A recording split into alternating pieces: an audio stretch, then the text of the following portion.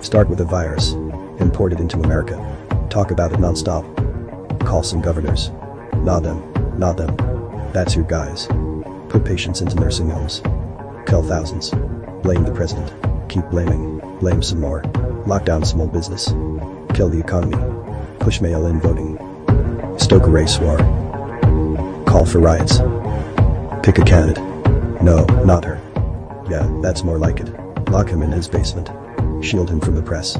Don't cover this. Don't cover this. Don't cover this. Keep doing that. Ignore the economic recovery. Downplay the world peace. Pump the polls. Pump, pump. Don't stop pumping. Install your software in swing states. That was fast. Take control of polling stations. Call off the election when you're losing. Kick everyone out. Pull out all the extra ballots. Get the software to do its thing. Get the media to say it's over. Call the big tech guys. Ban anyone who notices. Act like the whole thing never happened. Stealing the most powerful republic in the world. It's that easy. It's that easy. That video might have answered my question worth pondering tonight. Good evening, everyone. Welcome to Questions Worth Pondering. Tonight we want to know, how did they rig the 2020 election? I think many of us know, but I want to go through and walk down memory lane and talk about interesting article that we should remind ourselves of so that we can talk through potential solutions. But before we do that, tonight's Super Tuesday. I hope you guys are doing well, and folks in the states that have elections tonight, that you are able to go out and vote. I want to say hi to Herbie and Magnolia. I see you guys in Rumble. It's good to see you all. Thanks for joining tonight. With that, I kind of want to talk about Super Tuesday because it's wild tonight. So Trump is already called in Virginia, North Carolina, Oklahoma, Tennessee, and that's it for Super Tuesday so far. They've got a tracking map where they're showing all the states and who's ahead, and Trump has won every single state. So it's kind of interesting. Anyway, I hope you guys are doing good tonight. Moxie's not joining us. She has a family emergency, so it's just me tonight. I hope you guys are okay with that. But we did have something planned for tonight that I want to go through. We're going to continue to check back on the election results. We know Trump is going to have a clean sweep, but man, let's celebrate together, shall we? Definitely want to celebrate together. So, how are you guys doing tonight? Hey, Herbie and Magnolia, I see you guys in chat. Did you guys have your states voting tonight? I think, Magnolia, are you in Georgia? I think you're in Georgia. So, yeah, I definitely voted today. Minnesota is in the primaries tonight, and we all just need to do our part and have Trump win with a landslide. So, with that, I'm going to get to tonight's topic. How did they rig the 2020 election? So, do you guys remember when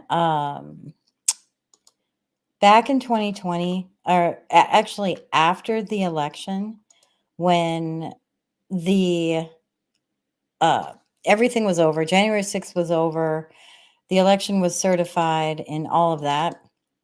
Do you guys remember the Time article that came out? That's what I want to talk about tonight. So there was a Time article that came out, and I am going to pull it up. So this was their image for their article, and they were pretty much talking about how they took the election. right out in the open.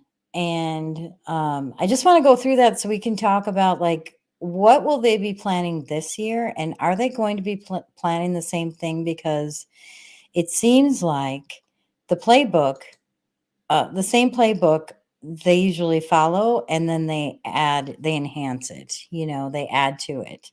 Um, but this is the Time article, but I want to go back to that picture. But the article is the secret history of the shadow campaign that saved.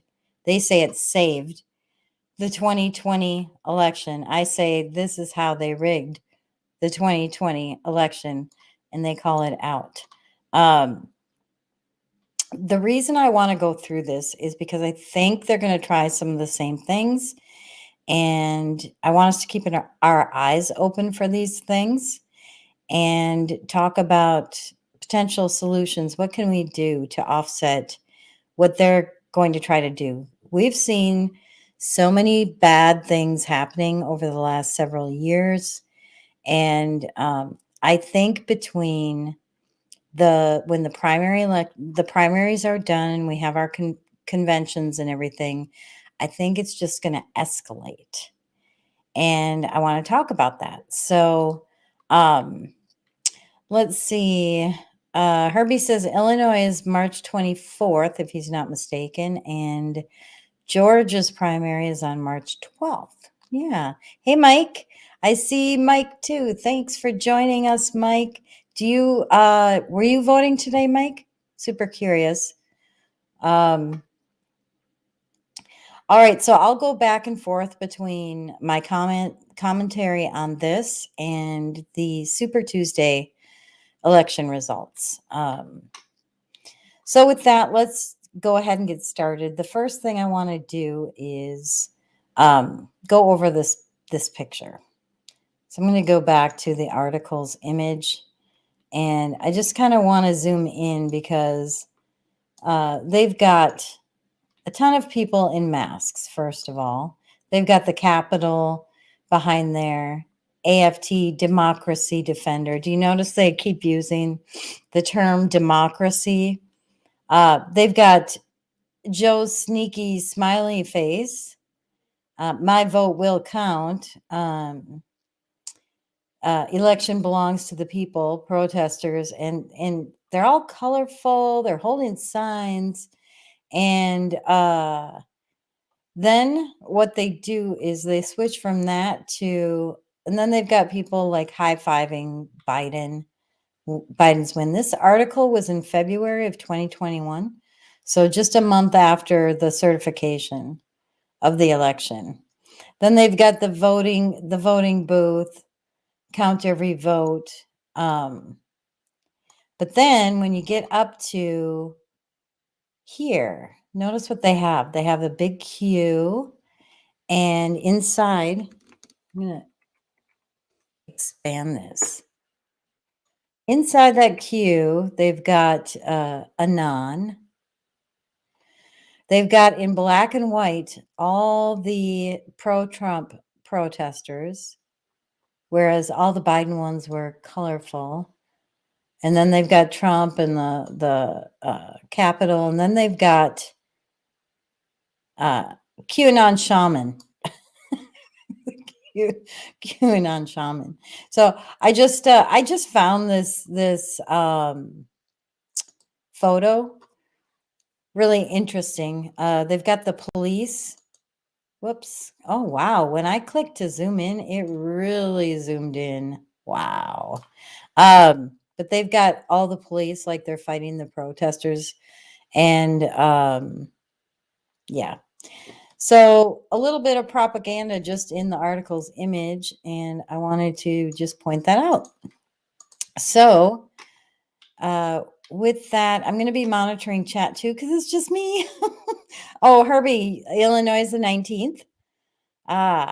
Deplorable Mike, Super Tuesday in Texas today. I did my part last week during early voting. Ooh, good for you, Mike.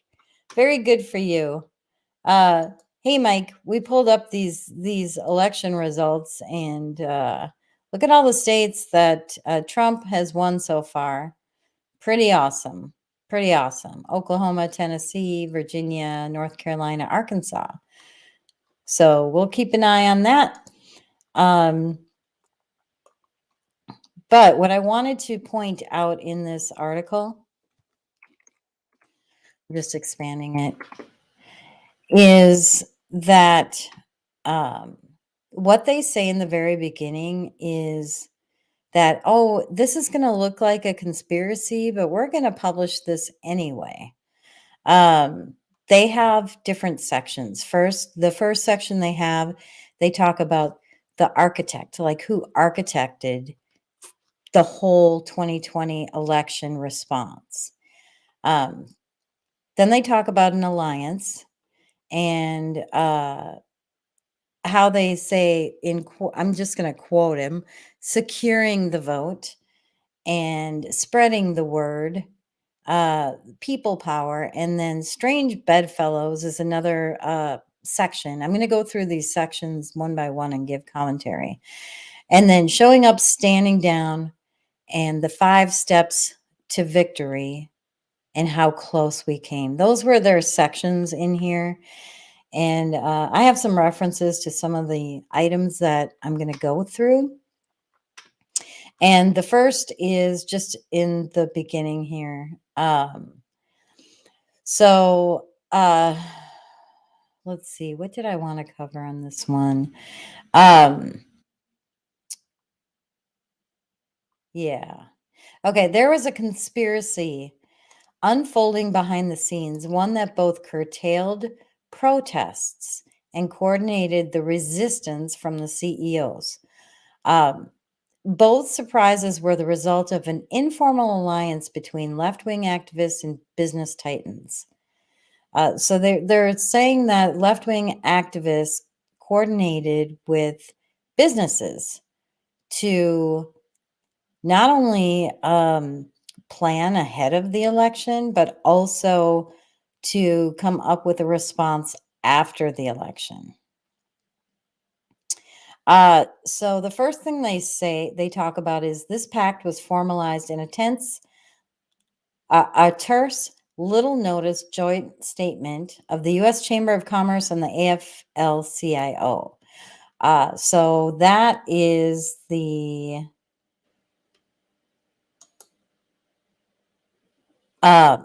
this statement that they came out with.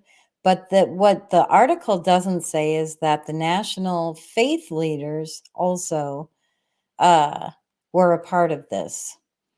And one of the things I wanted to point out about this sort of joint venture that included ahead of a very powerful evangelical movement is that they are infiltrating everywhere, even our churches.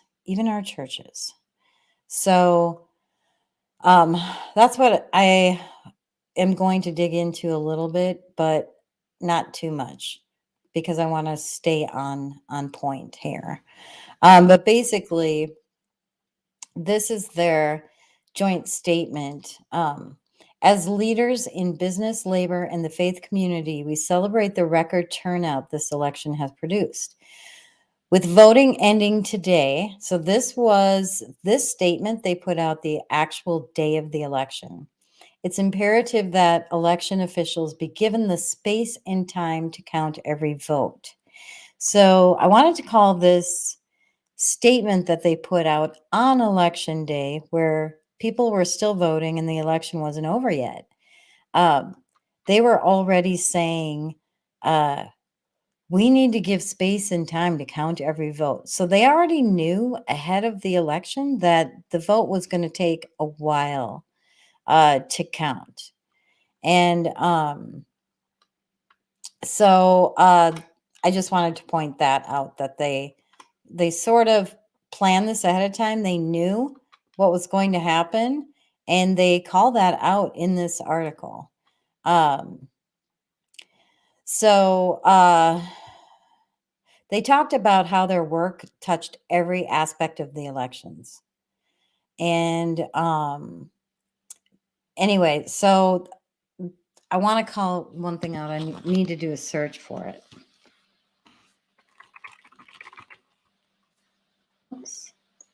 searching on the wrong thing. Okay, yeah. So this is what they say, that this is the inside story of the conspiracy to save the 2020 election. And they say that they were not rigging the election, but fortifying it. And so they're pretty much saying that rigging an election is not really rigging; it's fortifying it. And yeah, you know them. You know them. How they use their words. They twist their words. So I'm let's see. I'm just checking the chat. Church has absolutely been infiltrated. It's the enemy number one target. Hi, Carrie. Thanks for joining. It sure is. It actually is the number one target. So here they talk about the architect. So they're literally talking about Mike Podhorzer. So who is Mike Podhorzer? He is the director of the AFL-CIO, which brings together a bunch of unions. But they also call him the Wizard of Political Technology.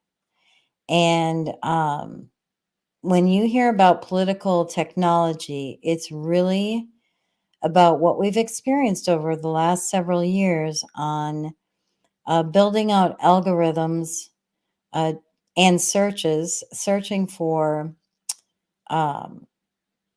conversations on social media and being able to output a narrative and messaging strategy. So he was a part of the Analyst Institute, a company called Catalyst, which was a progressive data company. And I'm just trying to see my notes on this. Sorry. Okay. So, but basically, he's a big leftist. So he was the architect of all of this, these actions that they took. So he said, my basic take on politics is that it's all pretty obviously if you don't overthink it or swallow the prevailing frameworks whole. After that, just relentlessly identify your assumptions and challenge them. So he's talking about how he approached everything here. So he took that approach and he pulled a bunch of people together to for what they called the alliance, and that's where that memo, that statement came from. So all right, so I'm going to, there's just a lot of back history on him. But I guess I do kind of want to call out this last paragraph because so what they did is he was looking at various scenarios. It wasn't hard for liberals who saw Trump as a dangerous dictator. And he tried to stay clear of the hysteria. So what he tried to do is he tried to pull in both Democrats and Republicans, but really those are rhinos and uniparty kind of folks.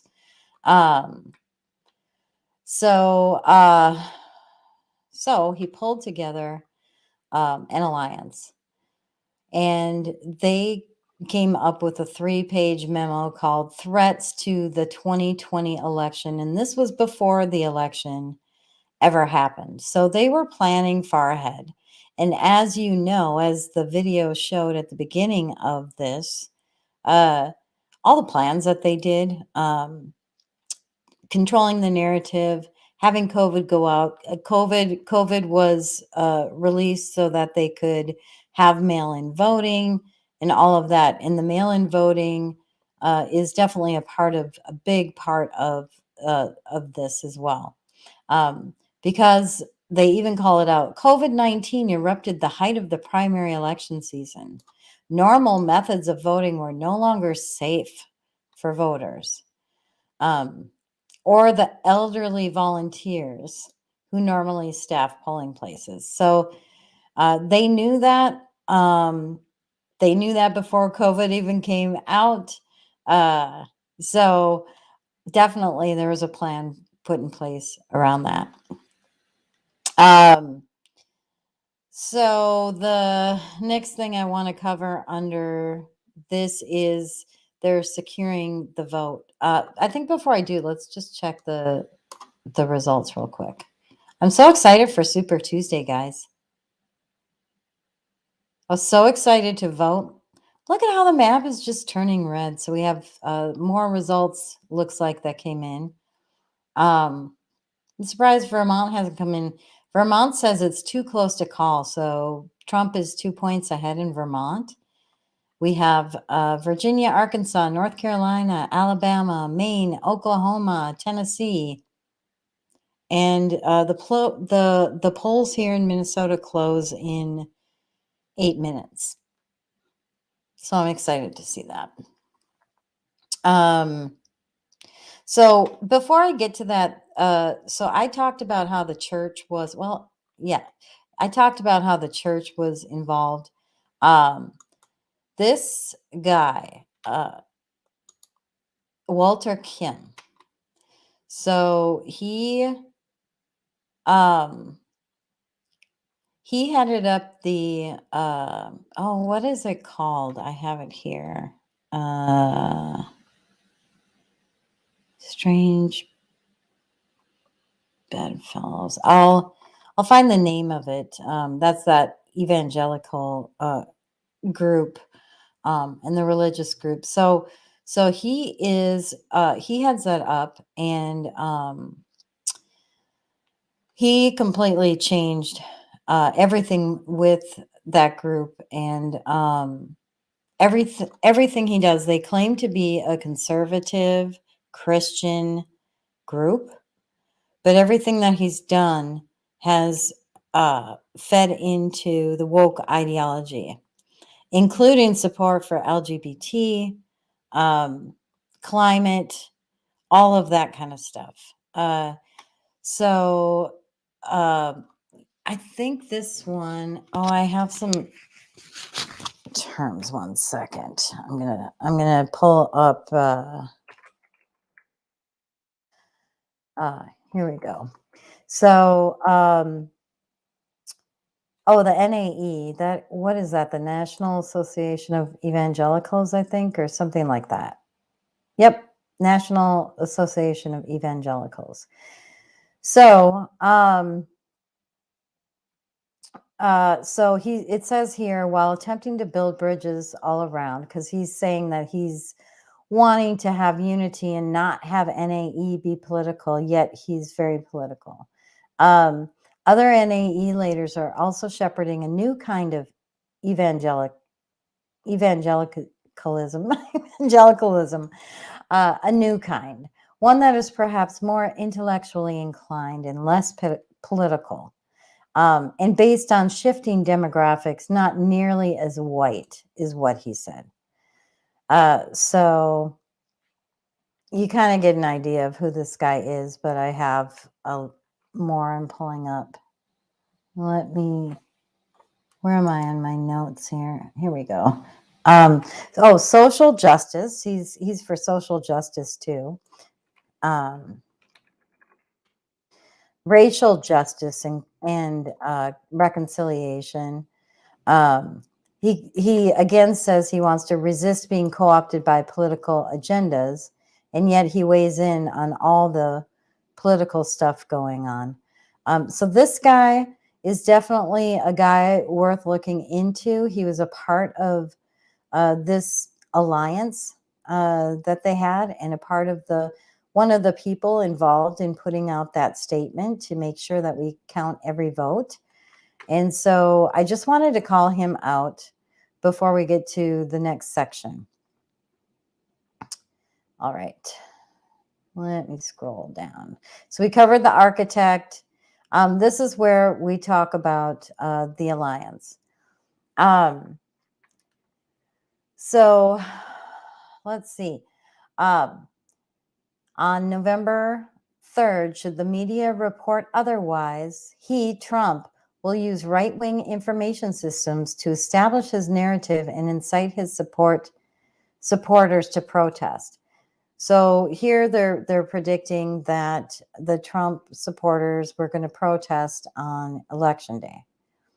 And what they had in place ahead of that, which is in the next section called People Power, or 2 sections down or something like that, is they had plans. They had organizations in place to make sure that there were riots in the streets when, if Trump was elected president again.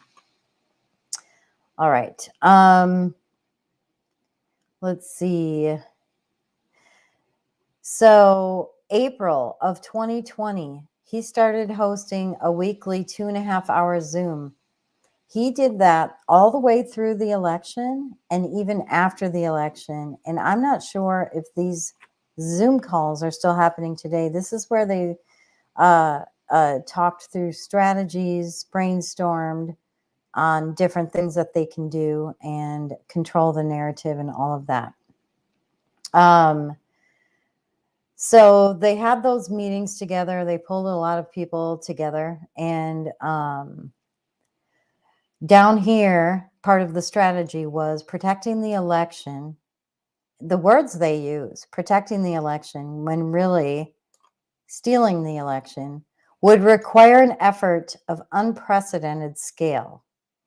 As 2020 progressed, it stretched to Congress, Silicon Valley, and the nation's state houses. It drew energy from the summer's racial justice protests. So you know that the summer of 2020, with all of those protests, that was planned because the election was coming up.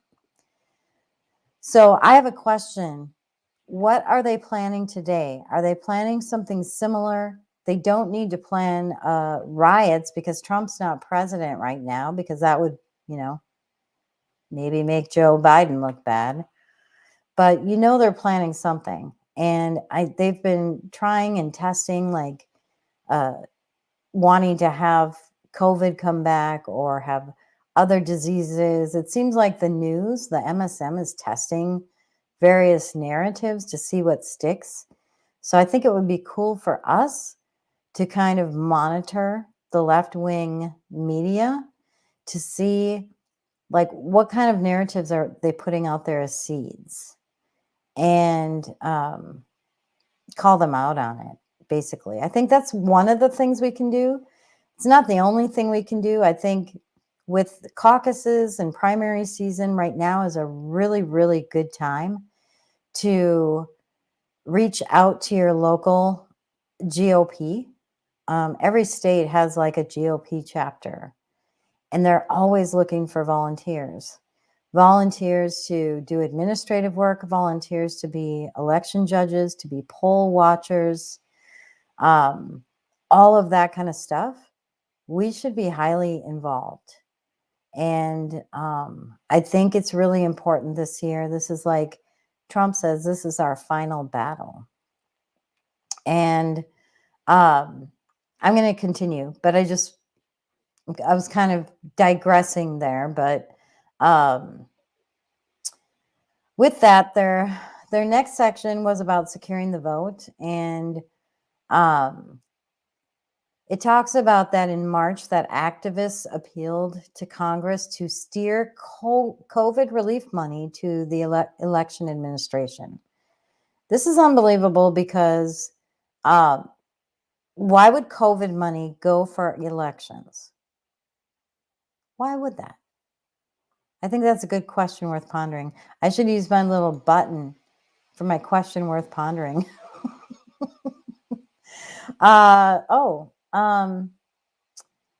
Carrie says, Eric Prince, Blackwater, said we have terror cells around the country. You know what, Carrie? I think that's what they're going to try to do. If you look at what's been happening with the border, that will be their new thing that they could potentially cause a national emergency, or terror attacks. So people won't want to freely go out in public and vote. They're still pushing the voting at home, but luckily, many states actually have passed new laws about voting because of all the problems with the 2020 election. And, we're not all the way where we need to be, but I think that will offset a lot of the shenanigans that we saw happening in 2020. And also, like, they tried taking Trump off the ballot. So that's the other way they tried to steal it this year. That didn't work. Supreme Court announced you can't do that. So I think that's awesome. Should we see where our numbers are at? I'm the Super Tuesday. I want to keep checking in on that because it's so exciting. And I love experiencing this with you guys together to see who's winning where and all of that. Massachusetts. Woohoo, Massachusetts. I'm kind of surprised that Nikki Haley didn't win some of the East Coast, where shenanigans are happening. But we've got Massachusetts. Vermont is still close, but now he's what, 2.5% up instead of just 2? What is it? 45% are in Vermont. And then we've, of course, got Virginia, North Carolina, Arkansas, Alabama, Maine, Oklahoma, Tennessee, Texas. Look at that. Trump, Trump, Trump, Trump, Trump, Trump, Trump. Woo, hoo, hoo, hoo. I'm excited. That's exciting. You know what I should, I know what I'm going to do. I'm going to pull up, an image. Francine posted in my chat, and I need to bookmark this quick. What's it called now? Photo. Okay, it's just called photo. So Francine posted in my chat, and look at Biden. Biden won North Carolina against no preference. I think that is so crazy. That is so crazy. Anyway. What a good night this is, guys. What a good night. I do want to tell you, while I'm taking a little break from the article here, starting next week on the show, I'm going to have a solo segment where I begin. I don't know if you guys saw where I talked about some of my New Year's resolutions. I don't know if it was at the end of the year or the beginning of the year. One of the things I said I wanted to start focusing on was what they're doing with our children. How they're indoctrinating our kids, how they're sexualizing our kids. Why are they going after the children? And it's a personal thing for me. That's why I'm going to be doing that segment solo. So starting next week, we'll likely be talking through, current events like we usually do, or maybe dasting conspiracy theories.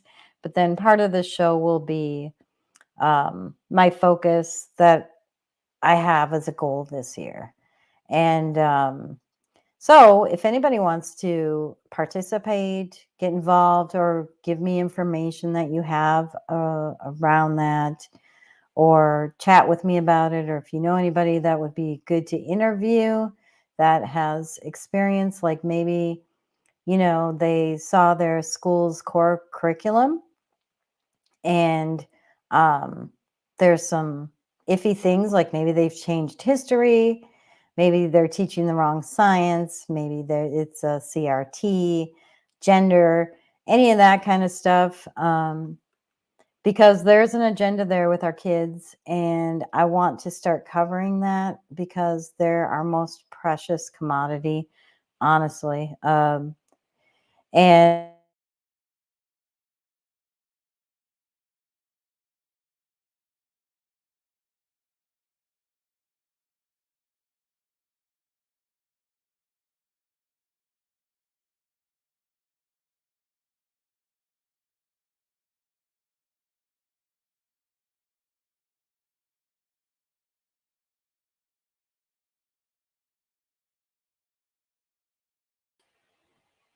I wonder how long I've been off.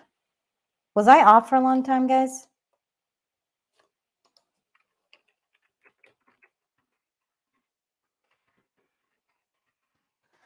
I don't know what happened to my stream. And I don't know how much of it you heard. I got knocked off right when I was talking about what I want to do for the children. Hey, Kari. So good to see you. We've got Kari on YouTube. I don't know what's going on. Do you know? Okay. I have to tell you. Okay. So I froze up. So, guys, do you notice the I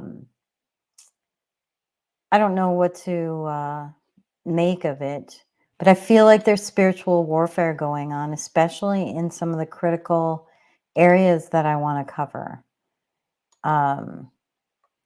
So I don't know what's going on, and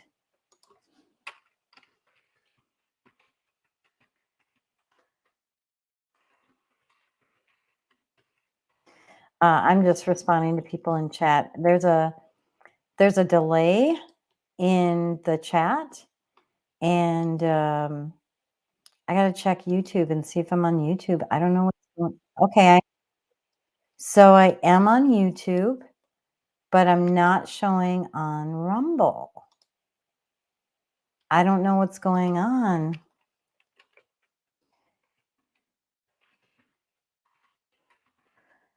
I'm just typing to people in chat on Rumble.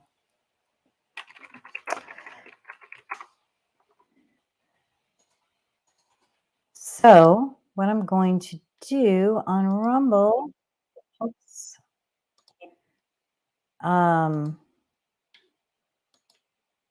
that's interesting.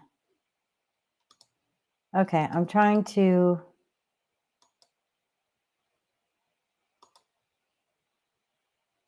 All right, not sure what happened with Rumble. I hope you guys go and find me on YouTube. I can't believe that this happened. And it happened right when I started talking about the kids. So I'm saying hello on YouTube. I want to see, can you respond on YouTube and let me know that you're seeing me okay? I want to make sure. Rumble, it says I am live.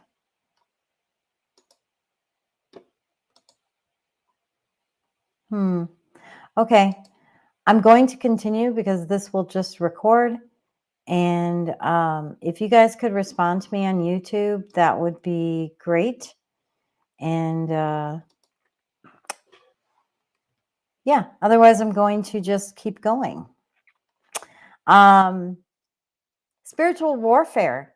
And it always happens when I'm talking about critical things. So it doesn't happen when I'm having just fun, silly discussions. Hi, Herbie. Thank you for responding on YouTube. I appreciate it.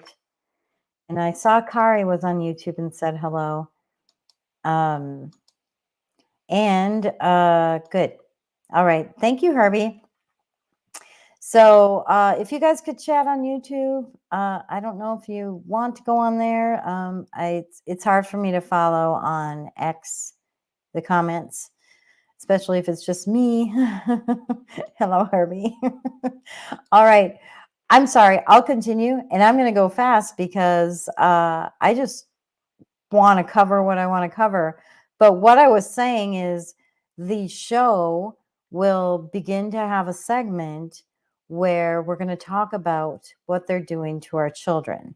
And what I was asking, and that's referring to both the indoctrination of our children and the sexualization of our children, human trafficking of children. And what I was saying is if you know information you want to share with me, you want to collab on anything around that, if you have a lot of information that you'd be able to share and want to come on the show with me, or if you know parents who would be good to interview, I would love to know. Just feel free to share those tips, and I would love to hear about that. Sorry about Rumble. I don't know what's happening. Thank you, Herbie. Herbie says, keep rolling. You're doing great. Thanks. I love the encouragement because I am sitting here by myself and now technical difficulties. Anyway, I'll get back to the article, but I don't know if you guys saw what I was showing with Biden. Oh, I gotta cancel. Let me make sure I pull up the right thing. Okay, so but Francine in my Telegram chat posted this when I was talking about the election and the results coming in. So Biden won against no preference, and I think that's hilarious. I think it's super funny. All right, let's check on Super Tuesday one more time, and then I'll get back to what I was chatting about. All right. So Massachusetts, Virginia, North Carolina, Arkansas, Maine, Alabama, Oklahoma, Tennessee, Texas. Whew, yeah, that looks great. Big red, bright red map. I don't even know where I left off now. That was very distracting. That's very distracting. Okay, I'm going to go through this quick. I want to X off their little video that they have. All right, so we talked about the architect. We talked about the alliance. I think I was talking maybe about securing the vote. Yeah. Okay, so this is what I was questioning. Why would COVID relief money go to election administration? So what they requested, this group requested, and had 150 organization signatures. They requested that $2 billion go to election funding. That's crazy. That's so crazy. Anyway, they didn't get that. They didn't get the $2 billion, but they did get $400 million in grants. So yeah, I think that's kind of crazy. And you know what? That's money. That's our taxpayer money, and that taxpayer money went for them to push propaganda. Because the next section of this, after securing the votes, well, I'll talk about that in a minute. But what they also did was they instituted 37 states and DC to bolster mail voting. But what they say here is it wouldn't be worth much if people didn't take advantage of it. So part of it was logistical, every state had different rules and all of that. But the other was what they were trying to do is to see, well, how do we get people to actually do it? So what they did was they conducted a focus group. So this is what they do. They do focus groups to see how people are going to react to certain things that they plan on doing. They do focus groups like this to see how could we get people to actually vote by mail. Like, why would they have to convince people to vote by mail? Right? Like, that's a question worth pondering. So, anyway, but what they did actually work. So they spent a lot of money on it. They did focus groups. And what they did was they sent applications to vote by mail to 15 million people, and 4.6 million returned them, so they say. That's quite a return rate. So I don't know if you know about marketing and different things like that, but generally, like 10%, 10% return rate is actually, oh, YouTube hesitated for 30 seconds. But 10% is considered good. So for them to say that they got like 25%, almost 30% return rate is very sus.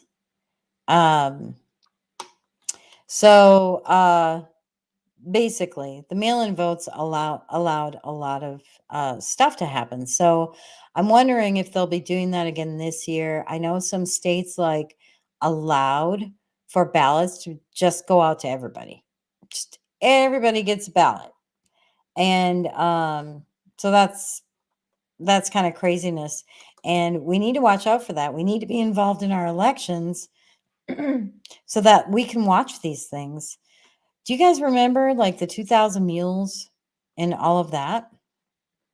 You know, there was a lot of MSM chatter about the mules and you know, trying to debunk all the 2000 Mule stuff that came out. So that was actually, I think I have a couple of videos where people are talking about how it was debunked. Do you remember Fox News? Sandra Smith on Fox News. Not only did she say that 2000 Mules was debunked, but she also on election night got annoyed that there was a different narrative because they called it. I'm going to play her video. Look at the 2000 Mules documentary that has come out. Look at how many mass mail-out of ballots there were across the United States for which we have no security. Okay, and that has been looked at and fact-checked by multiple outlets, including Reuters, who have debunked that as any sort of proof that there was widespread voter fraud. I'm sorry, but other people have fact-checked it and find you absolutely wrong, Sandra. But keep going with that story if you wish. Okay, thank you, sir. Respectfully, I want to move on to January 6th. Whoever is decided to be the president, remember, just because CNN says, or even Fox News says that somebody's president doesn't make them president. So I think everybody wants to know that this was done properly and legally. What is happening? Like, Trace, we've called it. And I think we have to look into every one of these concerns. Yeah, and I think.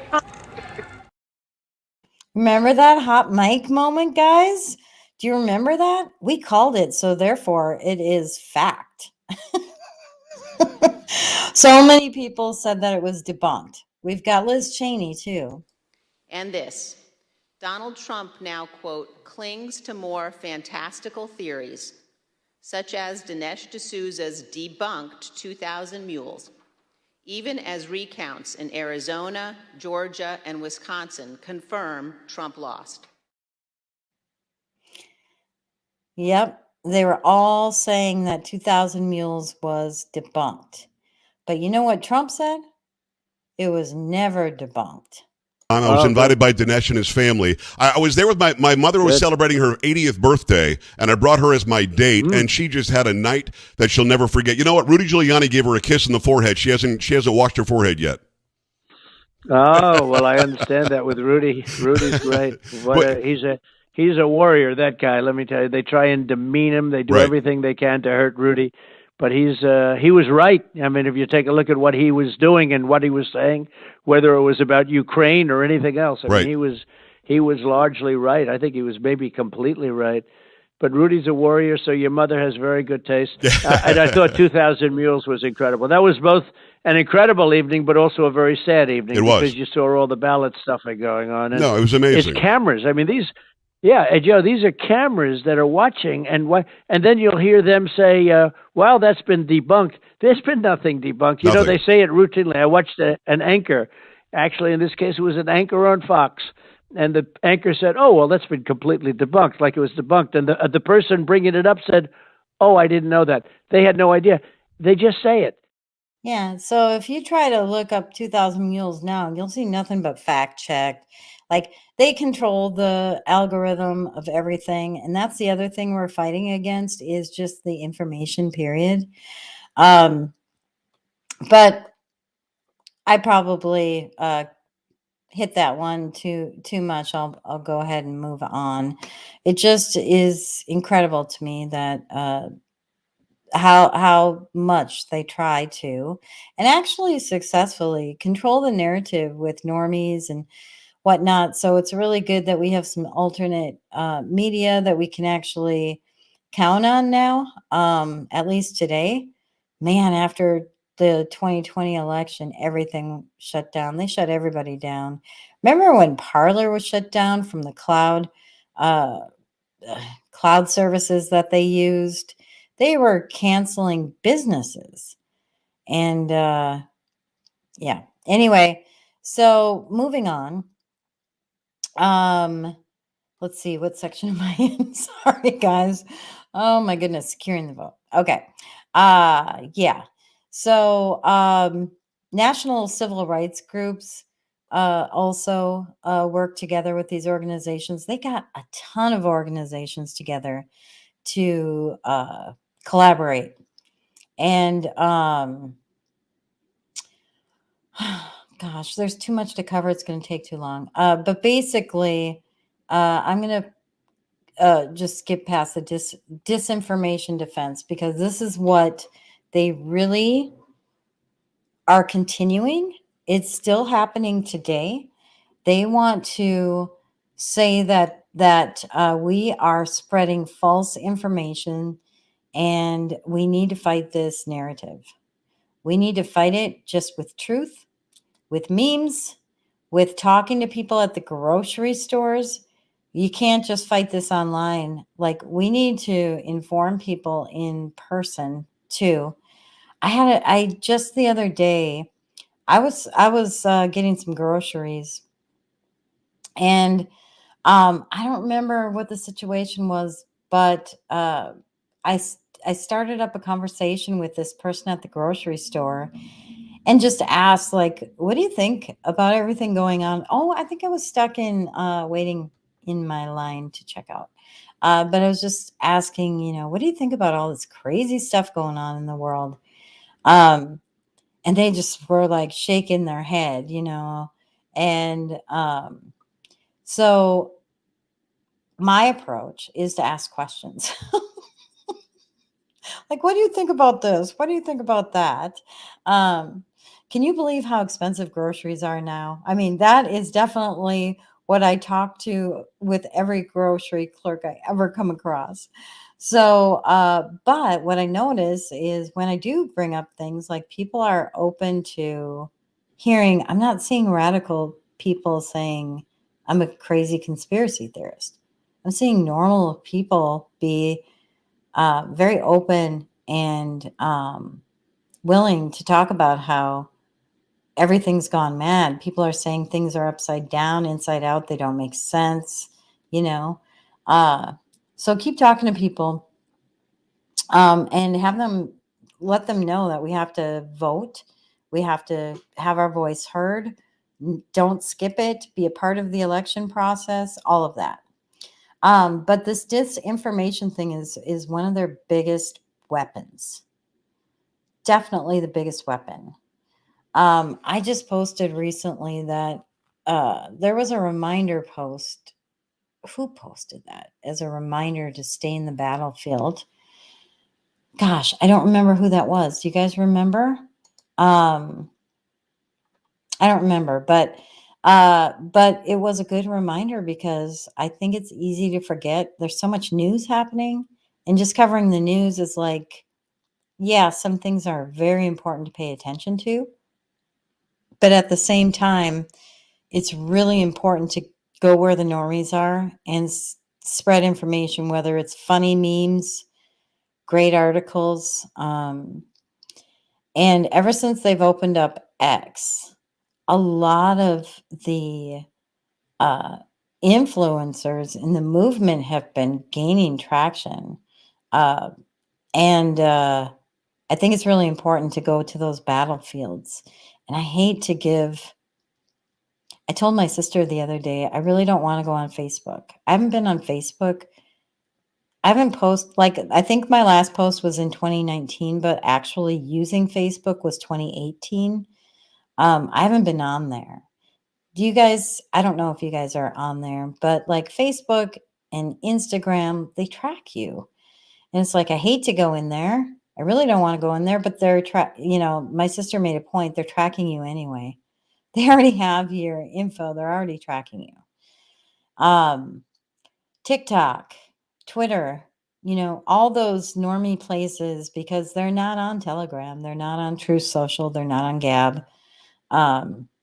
Those are places for us to hang out and make fun of all the stuff that's going on. So I think that was a good reminder. But yeah, the information warfare is definitely a part of this. I think we know that. I'm going to skip past this point that I have. So what they say in here under spreading the word is that it was crucial for voters to understand that despite what Trump was saying, mail-in votes weren't susceptible to fraud, and that it would be normal if some states weren't finished counting the votes on election night. So that was the narrative that they were putting out there. I do think they're going to try some kind of shenanigans like this again. I think Carrie's suggestion of stuff happening at the border is setting something up. I definitely agree with that. Yeah.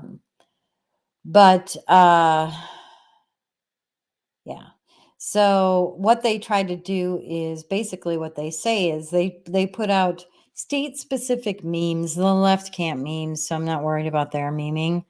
But they said they had widespread coverage of potential election issues and fact-checking of Trump's false claims. So that was one of the things they're going to continue to do, their fact-checking.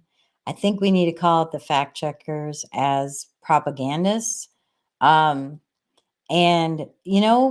do you remember that video of all the news stations repeating the same words?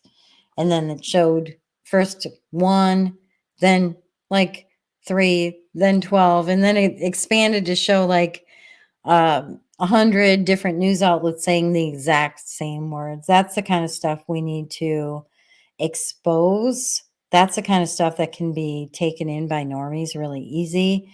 And I think we need to do that with the narratives that they're going to start trying to spread again. The next thing in this article, so they admit to the alliance, they admit to propaganda, they admit to what they call securing the vote, even though it's getting money, COVID money, to do mail-in voting. That's called securing the vote. That's what they call securing the vote.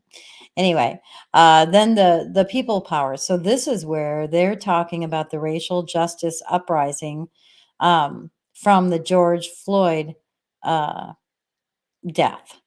And they use that to plan. So they created a force they called their force the election defenders. Here it is. They called the force election defenders. And they had activists who started prepping for demonstrations. If they said if Trump tried to steal the election, whereas that to stop the coup that they feared, the left was ready to flood the streets. So they had a plan, and they had a plan to do that.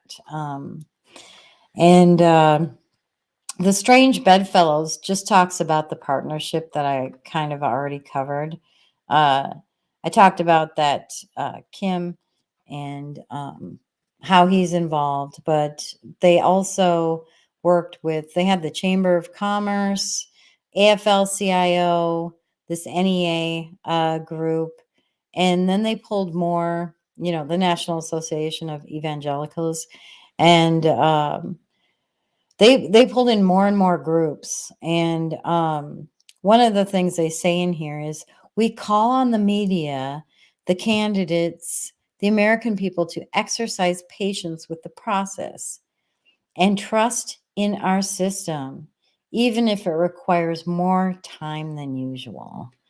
So they put out that plan. And man, we got to be on top of it this year. Do you see why I want to cover this? Because I feel like history will repeat itself unless we acknowledge what happened and then take some steps to make some changes.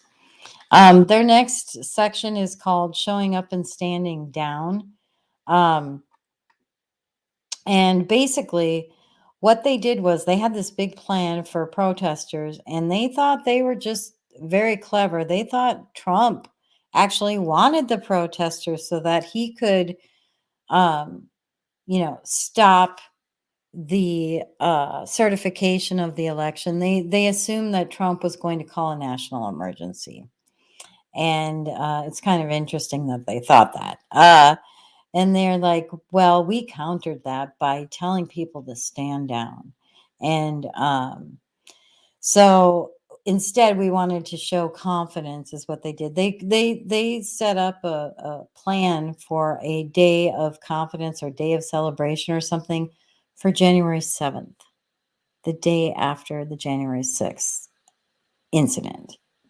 Almost like they knew something was going to happen on January 6th. So anyway, I just wanted to call that out. And then the last bit of this, the second to last, is they had their 5 steps of victory. They said their first step was to win the vote. The second step was to win the count. So my question to them is, what's the difference between win the vote and win the count? See what I'm saying? They always said it's the people who count the votes. Their third step, they said they had 5 steps to victory. They had to win the certification, they had to win the Electoral College, and win the transition steps. They're claiming here that they had to plan for all 5 of those steps. Yeah. So what they did was, you see this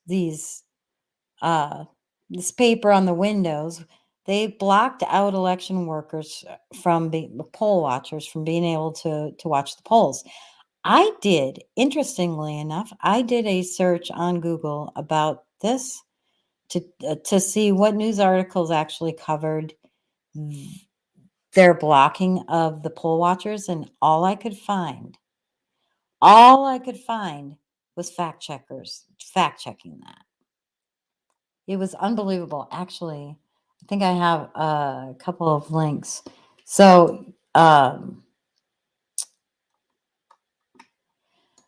this was actually before the election. This was in September. It said Democrats worry that GOP efforts to recruit poll watchers might lead to voter intimidation. So they were already prepping for attacks on the poll watchers. I did find one article.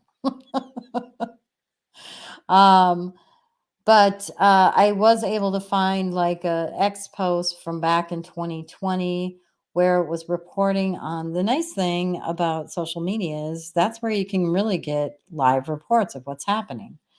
So this Brad Health says several Republican poll watchers said there was collaboration between their Democrat counterparts and city officials. So these are affidavits that this guy was covering. So this affidavit said, throughout the day, I witnessed a pattern of intimidation, secrecy, and hostility by the poll workers. Poll workers would cheer, jeer, and clap when challengers were escorted out of the TCF center. So this was for poll watchers. The poll workers were intimidating them. Now, this just makes me think about Tucker Carlson. Can I just bring him up for a minute? Tucker Carlson covered the claims of voter fraud back in 2020, but as a skeptic. And do you remember how he went after Sidney Powell and questioned her and then laughed at her because she couldn't bring the evidence because there was so much of it? I didn't have anything queued up. I wasn't planning on talking about Tucker, but now he is like, he has one of his shows is talking about rigging the election and election fraud. So I'm just wondering, when he was back at Fox News, at first I thought, well, maybe like Fox is telling him he can't cover that. But then I remembered, do you guys remember that what was leaked was some text from him texting people privately saying that Trump was a joke and there was no fraud. The election wasn't rigged. So I'm just a little bit curious about what exactly made him change his mind. Or has he? Or I don't know. What do you guys think about Tucker? I don't know what's going on there. But this affidavit remind me, because what Sidney Powell said to Tucker was, we have 250 affidavits, that's evidence. It wasn't the only evidence they had, but definitely that was one of it. So, and then there was another article saying that Michigan is still counting votes. Angry poll watchers are barred in Detroit, and Trump sues. So there was that's all I could find. When you go, I'm actually going to do it right now. I'm going to do a search and show you guys, because there was so much coverage on how the poll workers were being intimidated. You can't find that now. If you go to, I'll use DuckDuckGo. If you go to 2020 election poll watchers blocked, that's what I'll say in my search. So if I do that, look at this. You've got Snopes. So this is a fact checker. Fact check from USA Today, PolitiFact check, Trump's wrong claim on election observers. We saw it with our very own eyes on video. We saw it ourselves. So this is the information warfare we're fighting, people. We have to understand what happened in 2020 to be able to fight what happened back then. What to know about poll watchers? No, Georgia election workers didn't kick out observers. We saw it on video. This is the propagandists.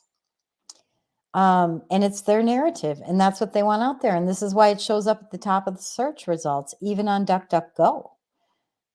Believe it or not. So we absolutely have to fight that. So just my last thing in closing, and I'm going to put this in YouTube chat with the Time article, and I'll post it on my Telegram channel and my other social media. I'll put a link in chat. I'll do it on YouTube. I will do it on Rumble too, even though Rumble isn't showing me. I have no idea. But I'm posting it on Rumble too. Carrie says Trump is projected to win Colorado. That's awesome. I'm going to pull that up next. But basically, they said at the end, how close did we come? What they said was, it's like the Wile E. Coyote runs off the cliff, and if you don't look down, you don't fall. Our democracy only survives if we all believe and don't look down. So if you believe that Joe won, even though he didn't, just don't look down,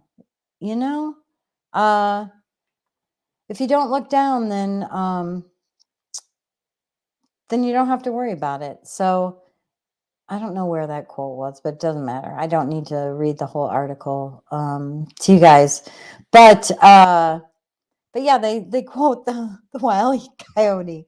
Anyway, I recommend people, it says at the beginning of the article that it is a 35-minute read.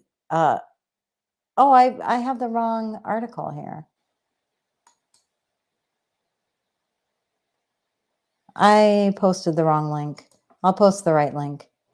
All right. But it says it's a 35-minute read. If you really delve into it and start digging into people, it's a few hours like it took me.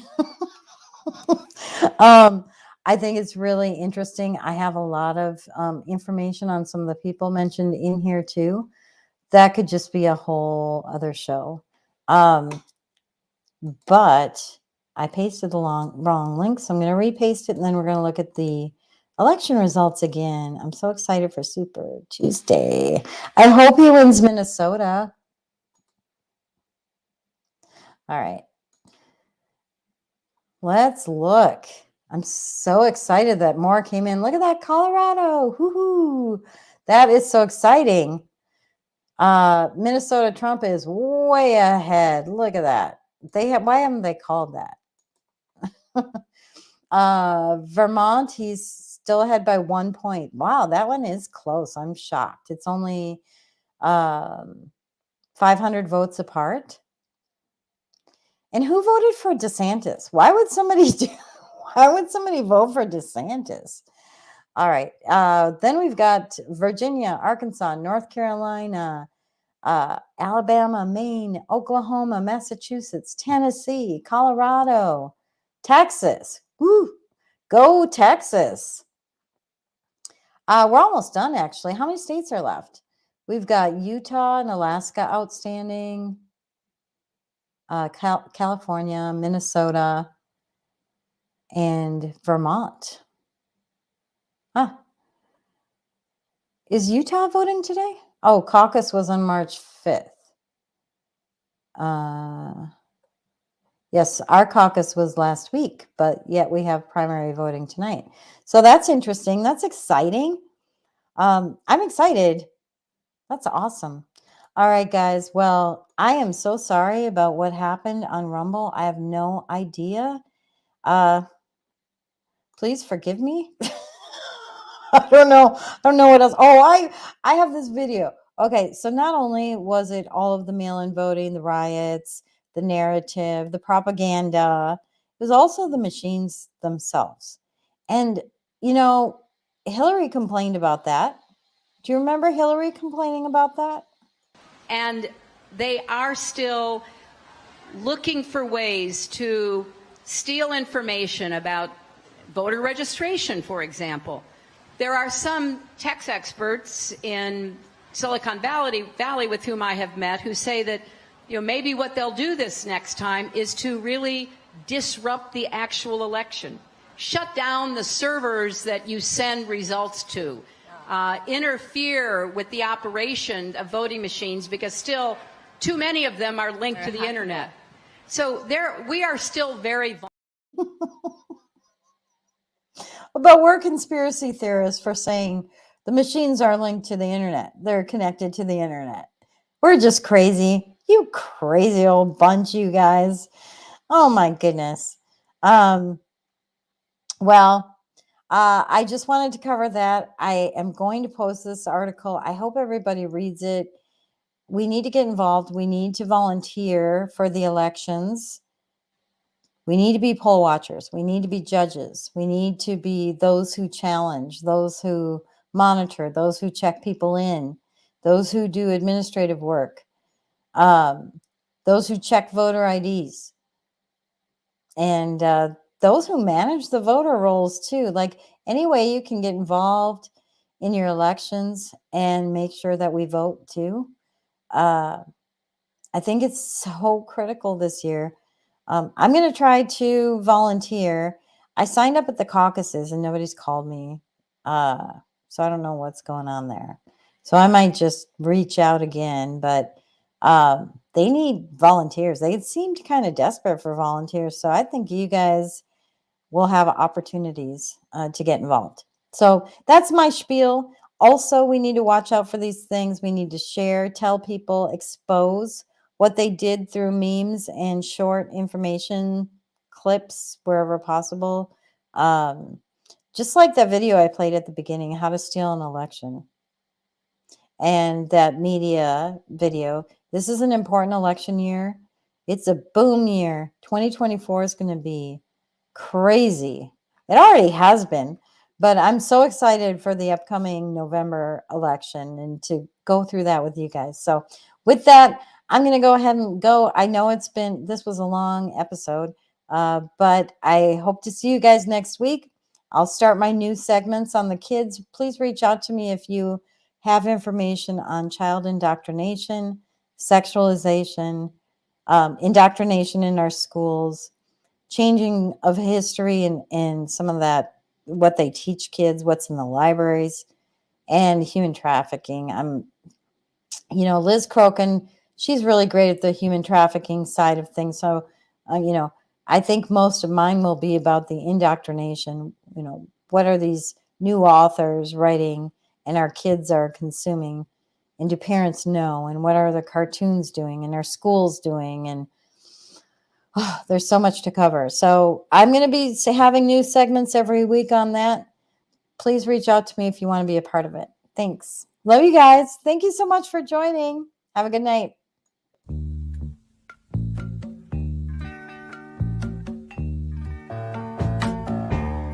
I can see clear.